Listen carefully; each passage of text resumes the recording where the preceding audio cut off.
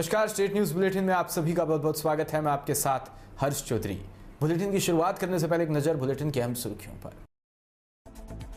Guideline जारी करने के बाद उत्तराखंड सरकार ने लिया यू टर्न, चार धाम यात्रा पर लगाई रोक।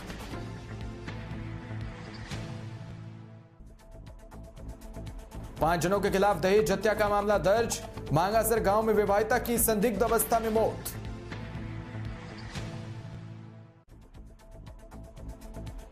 दो महीनों से रुकी रामदेव बाबा की लोटन यात्रा पुनः हुई प्रारंभ।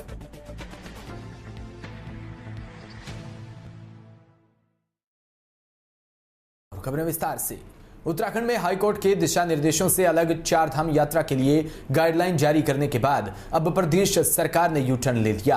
ताजा खबर के मुताबिक सरकार ने अगले आदेशों तक चार धाम यात्रा स्थगित कर दी है। हाईकोर्ट के आदेशों को देखते हुए तीरथ सिंह रावत की सरकार ने यह फैसला लिया है। गौरतलब है कि सोमवार को प्रदेश सरकार ने चार धाम यात्रा के लिए नई गाइडलाइन जारी की थी।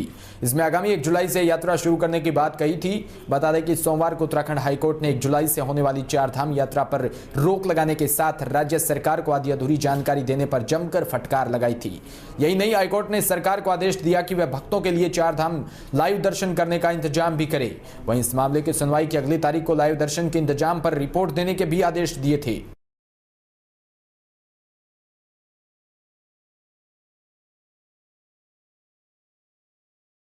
खबर हनुमानगढ़ से। अगर घर में कमाने वाला सदस्य ही चारपाई पर जिंदगी गुजारने को मजबूर हो जाए तो परिवार पर क्या बीतती होगी। जी हां, कुछ ऐसा ही हनुमानगढ़ जिले के टिब्बी तहसील के मल्लड़खेड़ा ग्राम पंचायत के NOMKS रोही में 38 वर्षीय पवन कुमार पुत्र मनीराम चाहर के साथ हो रहा है। एक बेटा एक बेटी के पिता पवन कुमार ने बताया कि 19 मार्च 2019 को उनका एक्सीडेंट में दायां पैर बुरी तरह से टूट गया था। डॉक्टरों ने इलाज के लिए जयपुर रेफर किया। अब जब उनके पैर के 8 बार ऑपरेशन हो चुका है। एक पैर तो हिल भी नहीं सकता। हर माह या कई बार तो पखवाड़े बाद डॉक्टर जयपुर जाना पड़ता है। हर आने जाने के करीब 15,000 रुपए व्यय होते हैं। ऐसे इलाज में अब इलाज करवाना मुश्किल हो रहा है। शुरू में लोगों ने जन सहयोग से राशि जुटाकर मदद की, लेकिन बार बार इलाज में घर में जमा पूंजी और जन सहयोग की राशि खत्म हो चुकी है। पवन कुमार ने बताया कि अपने हिस्से की मात्र 2 बीघा जमीन पर कर्ज लेकर इलाज पर लगा चुके हैं। ऐसी हालात में घर चलाना मुश्किल हो रहा है। पवन कुमार को उम्मीद है कि कोई भामाशाह उनकी मदद के लिए आगे आएगा और उनके परिवार की मदद करेगा। राष्ट्रीय जाट तेजवीर सेना टिब्बी तहसील अध्यक्ष सुरेंद्र खुदा ने बताया कि पवन कुमार के परिवार को मदद की बहुत जरूरत है। उन्होंने लोगों से परिवार की अधिक से अधिक मदद की अपील की है। मदद से इलाज और परिवार की जीवन यापन ठीक गुजर सकता है, इसलिए लोग मदद को आगे आए। वहीं बशीर गांव के राकेश कुमार ने बताया कि पवन कुमार का चिरंजीवी स्वास्थ्य बीमा योजना में नाम दर्ज है। इलाज के लिए सरकार से मदद मिल सकती है, लेकिन हर माह जयपुर जाने के लिए 15,000 रुपए चाहिए। वो परिवार के जीवन यापन के लिए मदद की जरूरत है।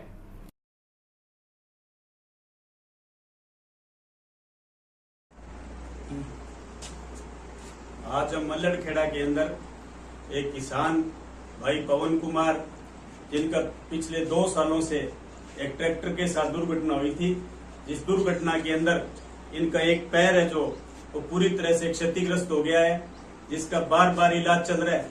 अभी तक इनसे आकर के पूछा तो पता चला है कि लगभग 8 बार इसकी सर्जरी हो चुकी है, लेकिन अभी भी अपने पैरों पे चल फिर नहीं सकते हैं। इनके लगभग 2-2.5 बीघा जमीन है। एक गरीब किसान है, मजदूरी करके अपना जीवन यापन कर रहे थे, लेकिन इस दुर्घटना के अंदर आज इनके खाने के लाले पड़े हुए हैं। छोटे छोटे एक बेटा और एक बेटी है जो 8वीं 9वीं कक्षा में पढ़ते हैं। मुश्किल से इनका घर का गुजारा चल रहा है। इनका इलाज नहीं हो रहा है। एक खाली मेंबर था कमाने के लिए, जो काम करता था वो कमाने के लायक नहीं रहा है। आज इस परिवार पर बहुत ही बुरे दिन आ चुके हैं।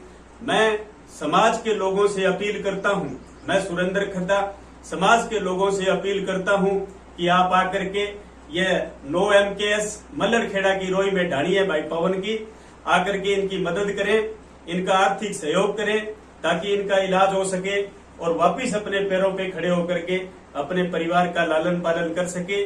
आप सबका बहुत बहुत धन्यवाद। टोंक से खबर, जहां कई दिनों से हो रही चोरियों को लेकर टोंक पुलिस को बड़ी कामयाबी मिली है। शहर की कोतवाली पुलिस ने आज पिछले दिनों हुई चोरी का पर्दाफाश करते हुए चोरों के आरोप में 2 चोरों और अन्य को सामान खरीदने के जुर्म में गिरफ्तार करते हुए उनके पास से करीब 7 तोला सोना व 50,000 रुपए की नकदी बरामद की है। कोतवाली थानाधिकारी लक्ष्मण सिंह ने जानकारी देते बताया कि सैयद कॉलोनी निवासी मोहम्मद यूसुफ ने कोतवाली थाने में एक रिपोर्ट पेश की थी कि मेरी रिपोर्ट कॉलोनी निवासी पत्नी का ऑपरेशन होने के कारण अस्पताल में भर्ती था और पत्नी की देखभाल में हम अस्पताल में लगे हुए थे। तभी पीछे से अज्ञात चोरों ने मकान में घुसकर 7 तोला सोना व नकदी चुरा कर ले गए। इस पर पुलिस ने मुकदमा दर्ज कर अनुसंधान जारी किया था, जिस पर पुलिस की टीम ने गठित कर एक त्वरित कार्रवाई करते हुए 2 युवक मोहसिन शान नामक व्यक्ति को गिरफ्तार कर पीसी रिमांड पर लिया, जिस पर आरोपियों ने चोरी की वारदात को कबूल किया।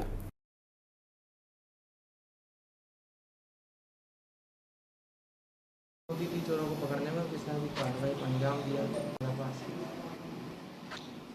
कुछ दिन पहले मोहम्मद यूसुफ सैयद कॉलोनी ने थाने पे एक रिपोर्ट दी कि मेरे घर में पत्नी बीमार होने की वजह से मैं ऑपरेशन करवाने के लिए गया हुआ था और रात में मेरे मकान में से कुछ सोने के आभूषण चोरी हो गए हैं। इस पर मुकदमा दर्ज कर अनुसंधान किया गया। अनुसंधान के दौरान पुलिस द्वारा टीम गठित की गई। टीम गठित द्वारा उसकी माल मुलजिमान की पताशी की गई। पताशी के दौरान पता चला जिस पर 2 व्यक्ति मोहसिन और सानू नाम के व्यक्तियों को जो चोरी करके मकान में घुसकर चोरी करके लेके गए थे, उन्हें गिरफ्तार किया गया। उनसे पूछताछ की गई। पूछताछ में उन्होंने जो भी सामान चोरी का था दूसरे व्यक्तियों को बेचना बताया। उसमें एक आबिद और एक नईम खान, उन दोनों को चोरी का जो भी आभूषण उन्होंने चुराए गए थे उनको बेचा गया था। किस तरह की आदतन के थे दोनों चोर?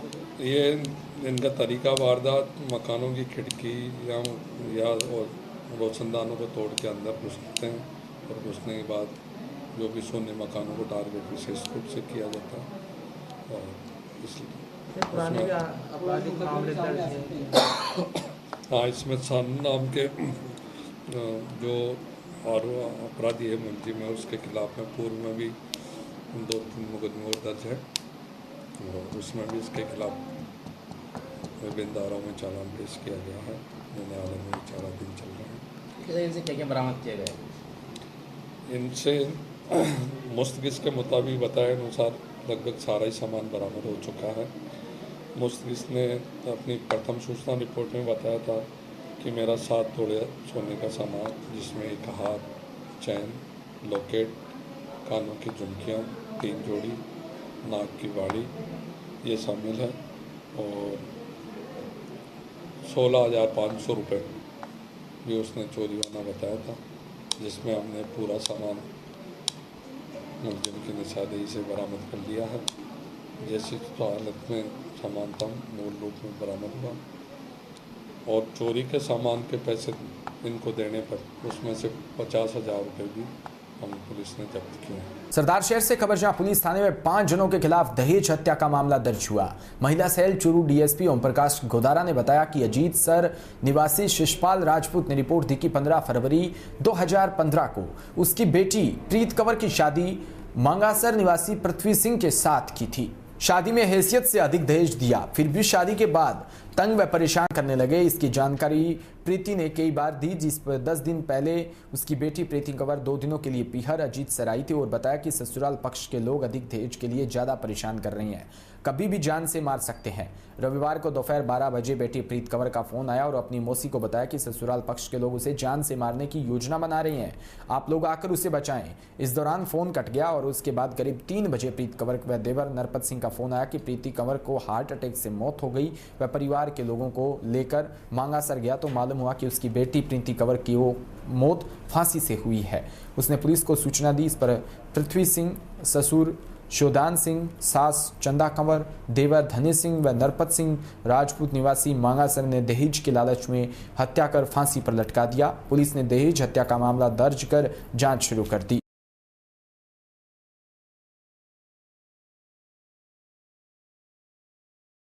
प्रीति कंवर जिसने कल दोपहर में उसको फांसी खाने से या दम घुटने से मृत्यु हो गई।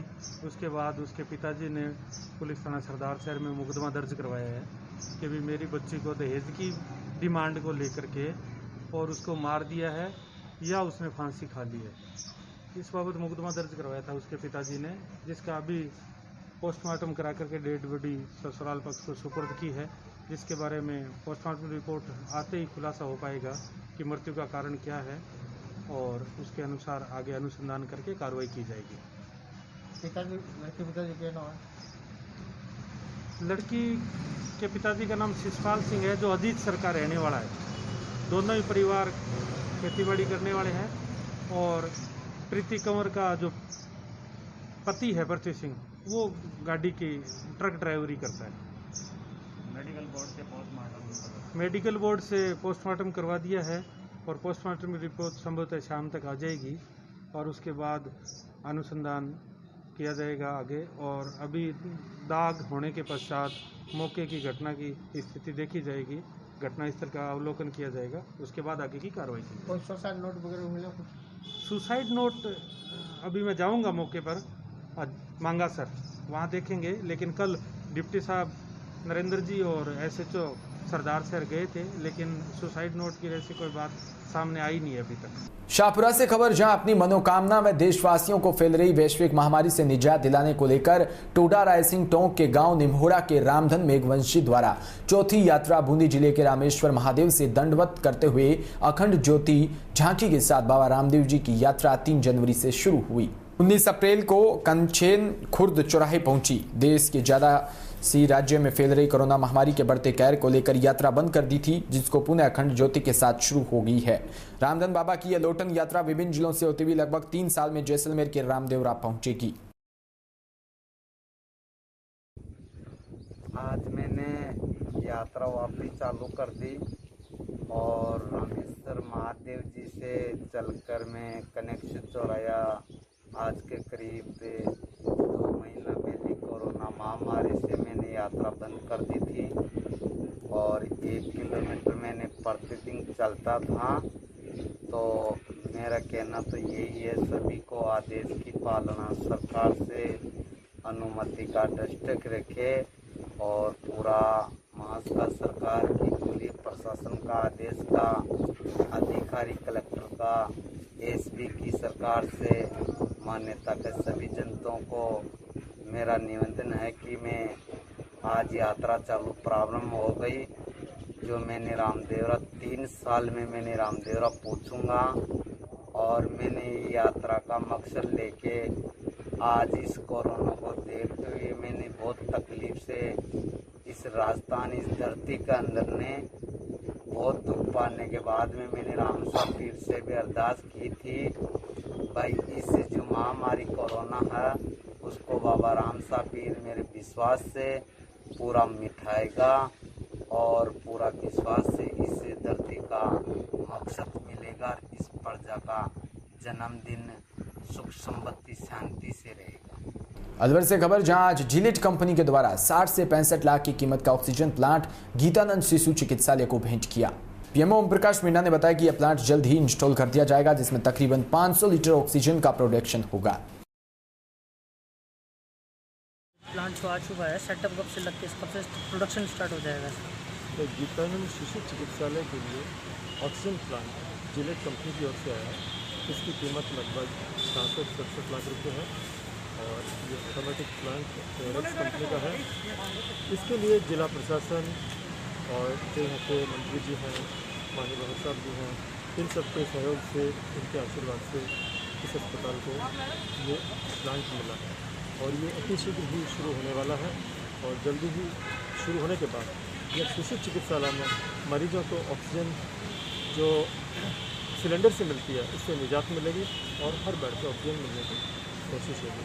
तो 3rd वेव की तैयारी के तहत ये ऑक्सीजन प्लांट मिला। सर कितनी ऑक्सीजन जनरेट होगी सर इससे? ये 500 लीटर पर मिनट ऑक्सीजन जनरेट करेगा। तो करीब 100 सिलेंडर्स जो 220 CFT के होते हैं वो चलेंगे। आपको बता दें, जनपद बिजनौर के थाना कोतवाली शहर क्षेत्र अंतर्गत बरोज पुल पर 2 पिकअप गाड़ी आपस में टकरा गई, जिसमें 12 लोग गंभीर रूप से घायल हो गए। घायलों को स्थानीय पुलिस द्वारा उपचार के लिए जिला अस्पताल बिजनौर में भर्ती करवाया, जहां पर मोहल्ला फिना कस्बा चांदपुर निवासी सलीम की उपचार के दौरान मृत्यु हो गई। आगरा से खबर, जहां बदमाश मोहन प्रजापति को गोली लगी। हॉस्पिटल में भर्ती बंटी हत्याकांड का मुख्य आरोपी है बदमाश मोहन प्रजापति। वहीं पुलिस के हत्थे तमचा और मोटरसाइकिल बरामद किया गया है। एसपीटी सिटी रोहन बोने के नेतृत्व में कामयाबी हासिल हुई है। हीरा पर्वत थाना क्षेत्र के पालीवाल पार्क में मुठभेड़ हुई थी।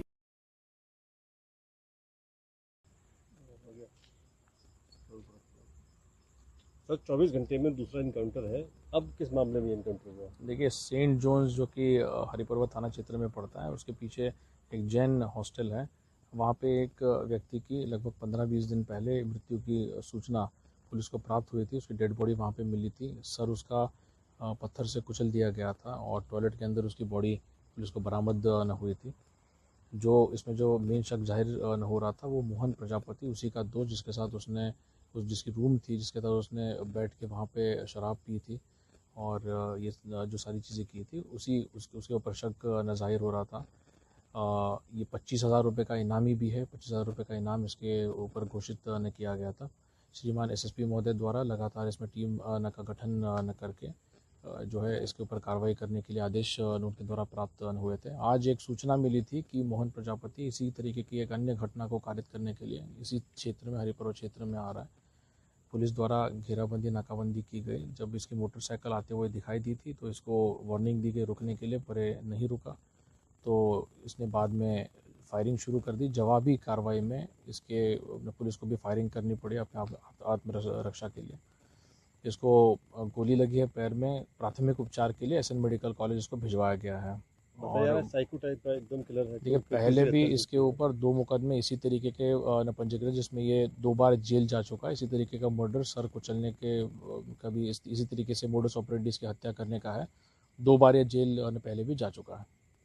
एकदम इस तरह से ब्रूटली मर्डर क्यों करता है, कुछ बताया पूछताछ? देखिए, अभी पूछताछ होगी और अभी फिलहाल तो उसको अस्पताल भेजा गया।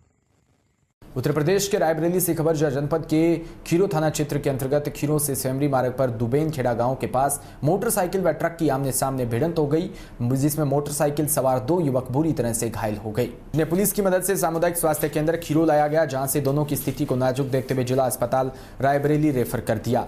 खीरो थाना क्षेत्र के अंतर्गत दुबेन खेड़ा गाँव के पास सोमवार को दोपहर 2 बजे के आसपास एक मोटरसाइकिल डिस्कवर में सवार संस्कार तिवारी 19 वर्षीय पिता कुंदन तिवारी और दूसरा आरिफ खान 18 वर्षीय पिता वारिस खान, दोनों थाना बिहार उन्नाव निवासी निजी काम के चलते खीरो के सेमरी की ओर जा रहे थे।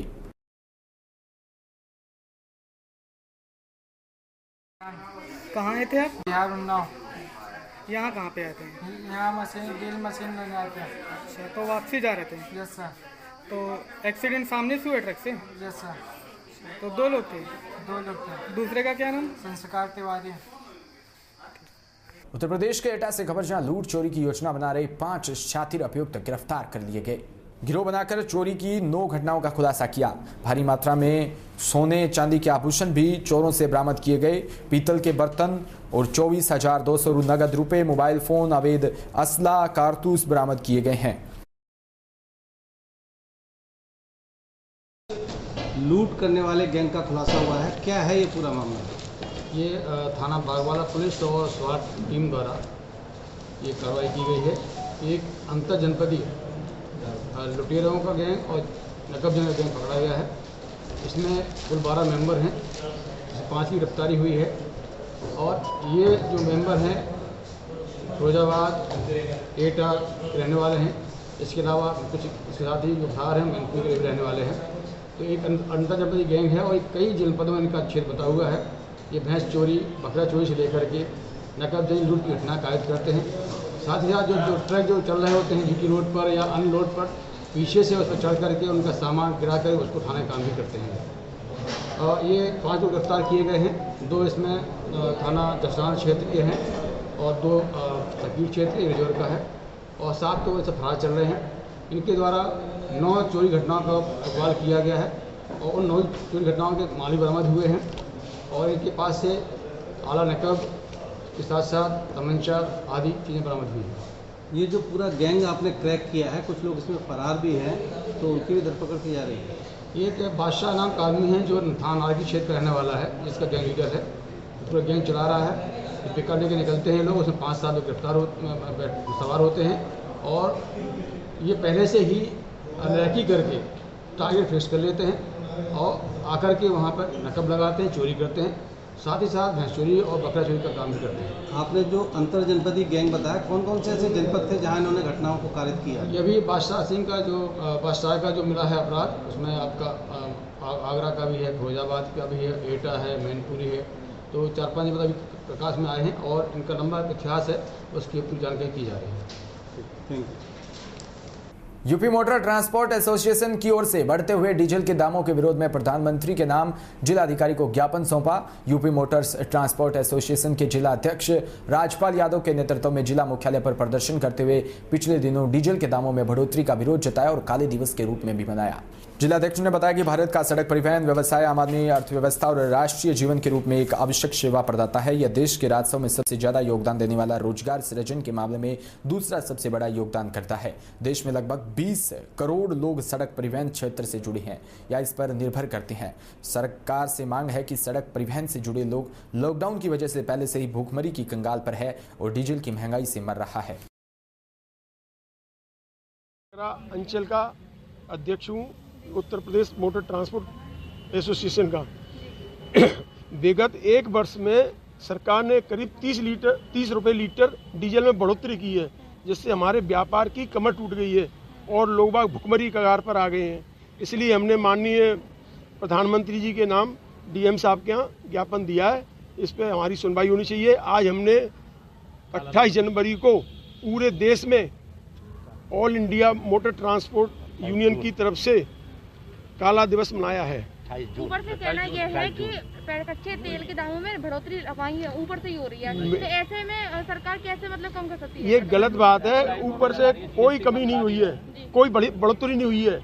जब कमी हुई है तब सरकार ने कहा है कि जब कमी हुई है तो उसकी क्रूड की रेट की, तब सरकार वो एक्साइज ड्यूटी बढ़ाती जाती है। अब क्या है कि जब जरा भी हाई हो जाता है डीजल तो एक्साइज ड्यूटी घटाती नहीं है। सरकार कहती है हम एक्साइज ड्यूटी घटाएंगे, लेकिन आज रेट भी कम है और ड्यूटी बहुत ज़्यादा है। इसलिए लगातार जो दाम बढ़ते जा रहे पेट्रोल डीजल के, तो सरकार ये कह रही है कि ऊपर से दाम बढ़ रहे हैं, इसमें अभी और बढ़ोतरी हो सकती है, आगे भी दाम बढ़ेंगे, इस पर क्या कहना है? देखिए, सरकार तो इस समय उसकी मर्जी, अपनी मर्जी के हिसाब से चल रही है।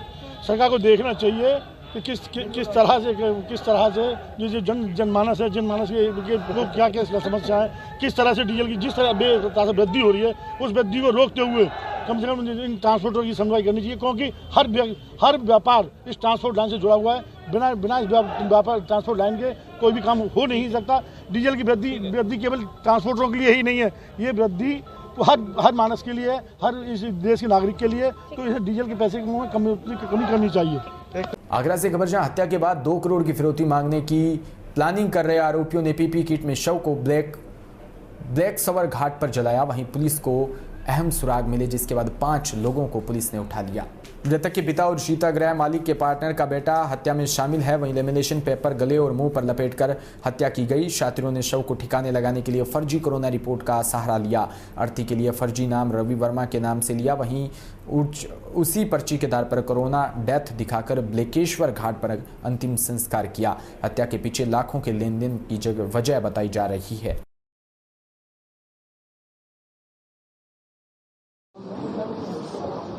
जनपद आगरा में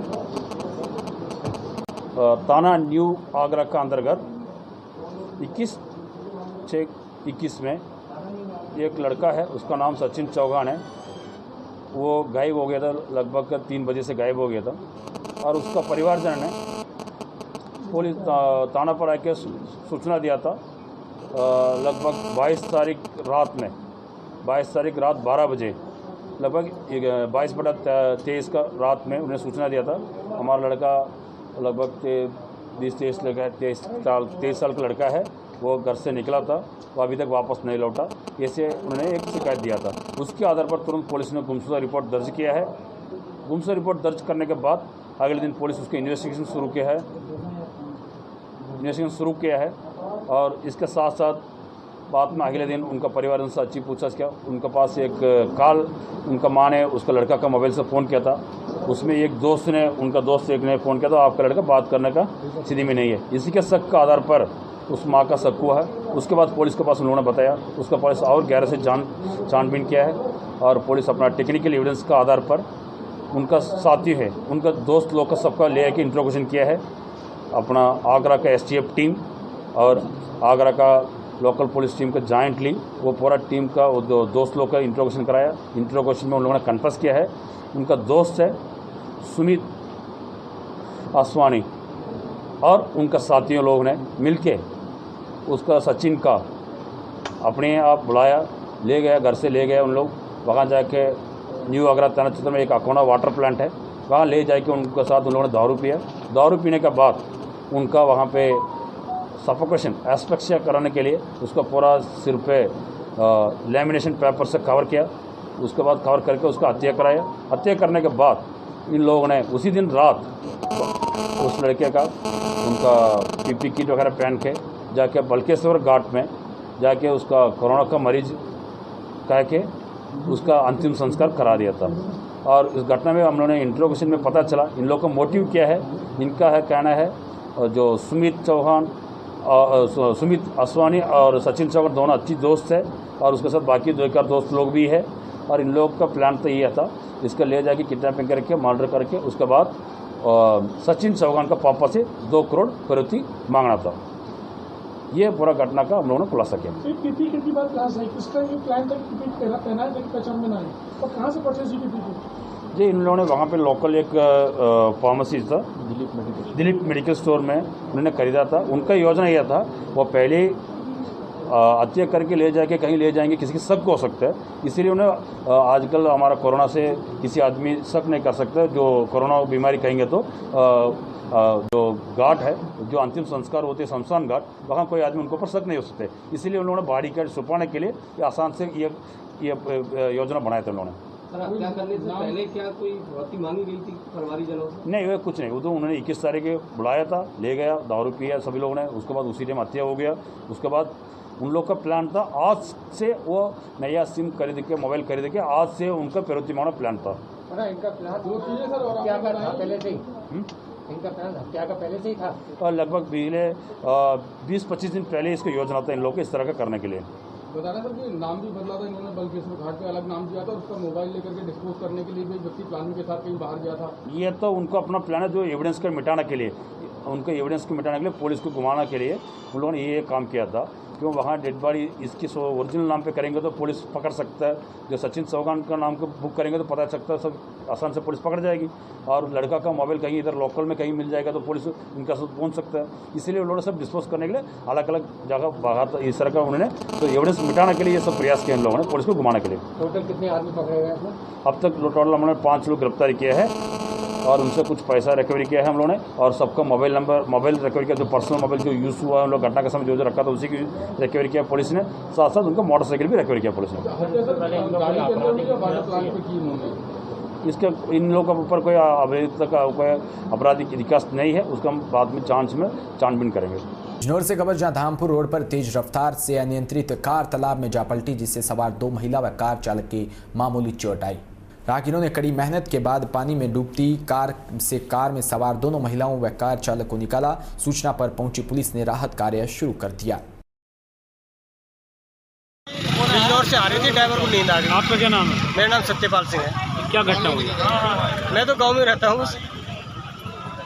घटना? भाई ये गाड़ी जैसे गिरी, एक धामपुर से बाइक आ रही थी, उनके सामने गिरी, उन्होंने देख के तुरंत गाड़ी रोक की, वो मोटरसाइकिल वाला आया, उसने अंदर से निकाल ली सवारी। ऐसे प्रिय कोई घटना ना, सब ठीक ठाक है। इसी के साथ बुलेटिन में इतना ही। नमस्कार।